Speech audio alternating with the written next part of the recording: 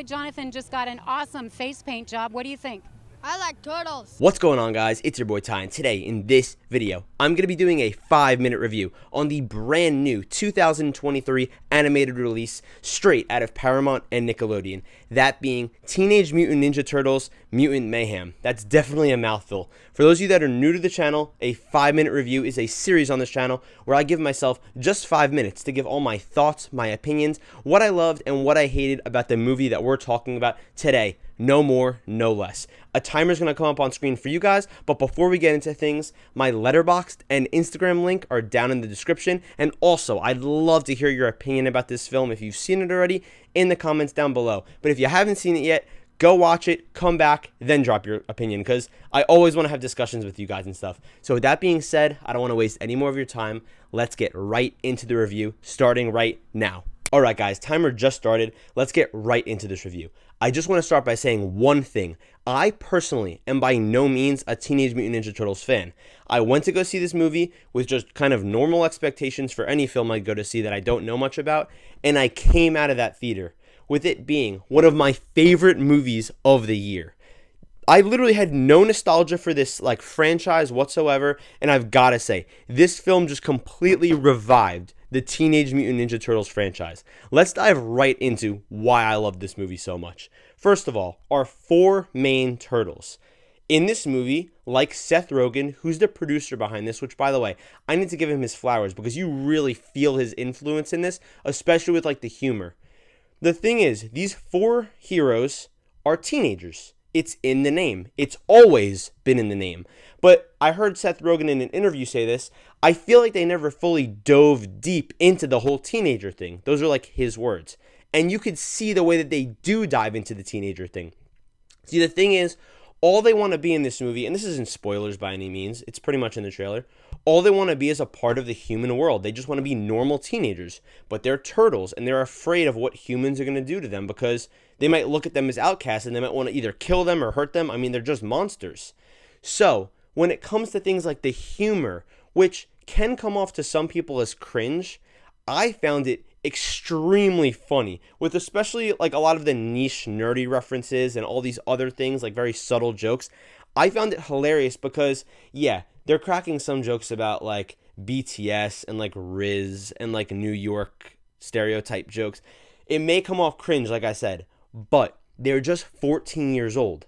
They just want to fit in with other kids going into high school and things like that. And it makes sense thematically why they'd be saying stuff like this. But at the same time, the delivery from the voice actors is so funny that it doesn't throw you off by any means. It really just pulls you right in and makes you believe that these are just 4 wholesome kids that are just trying to have a good time, trying to, become accepted into society, which is what most of this movie is actually about. That's pretty much the theme, I guess you could say.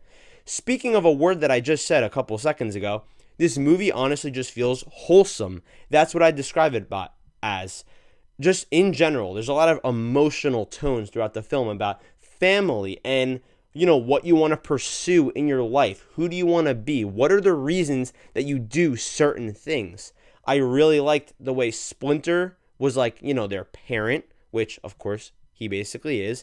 And I also liked all these side characters because, in case you guys didn't see the trailers or anything, this is packed with a stacked cast of voice actors. We have a bunch of celebrities, but what's great is it doesn't take away from the film because I feel like a lot of their voices are altered so that you don't really notice it's them, and that makes things a lot better because while they still are using their charm, you're just not thinking, oh, this is, that celebrity. This isn't Paul Rudd, Giancarlo Esposito. No, you're just hearing their talent, but you're not thinking that it's them. And that makes those characters a lot more compelling and interesting. And this movie is definitely Mutant Mayhem because we have a ton of really cool side characters and things just get crazy with fight scenes and art styles. And yeah, with 1.5 minutes left, guys, all I've got to say is this. I was very taken back by this film because Spider-Verse, both movies, are some of my favorite films of all time. I feel like this genuinely is a low-budget Spider-Verse movie. Is it up there with Spider-Verse? No. I think it might have some flaws.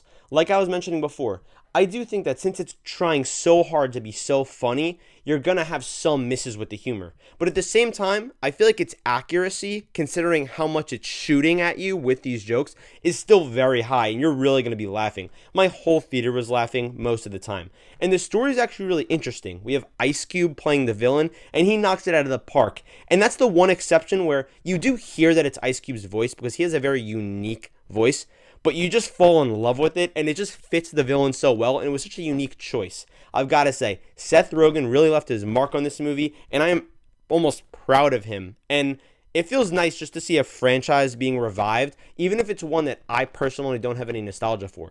With that being said, I've got to mention one last thing with 25 seconds left. So, I saw this at an early screening. I was in a packed theater with, obviously, Teenage Mutant Ninja Turtle fans because it's an early screening. There is one post-credit scene in this, and even though I am not a fan, oh god, I only have 10 seconds. Even though I'm not a fan, at the end of this post-credit scene, all I've got to say is one thing. Everyone was screaming and hollering, and even though I'm not a fan of Teenage Mutant Ninja Turtles, I knew why. So yeah, guys, that's going to do it for the review. But if I had to give this movie a rating, I think I'm going to go with a 4.5 out of 5. Or a 9 out of 10. I know that might seem kind of crazy, that might seem kind of high, but guys, go watch this movie. It's incredibly heartfelt. Honestly, I feel like I didn't even get to say everything I wanted to say within my 5-minute review, but of course, that's the point of the 5-minute review. It's supposed to stress me out, and you guys could just watch me struggle to just come up with things to say. But yeah, maybe I'll make a longer video on this movie because I really loved it, and I feel like it just didn't copy Spider-Verse, like I said. It just took influence and did it the right way. Guys, we are in a golden age of animation, and I'm just so thankful that we're almost seeing this renaissance and that it's still going, even beyond Spider-Verse, Puss in Boots, all of that. And I'm just excited to see what the future holds for us. So, yeah, please give us a sequel, Nickelodeon. Please, Paramount, give us a sequel. This movie was spectacular.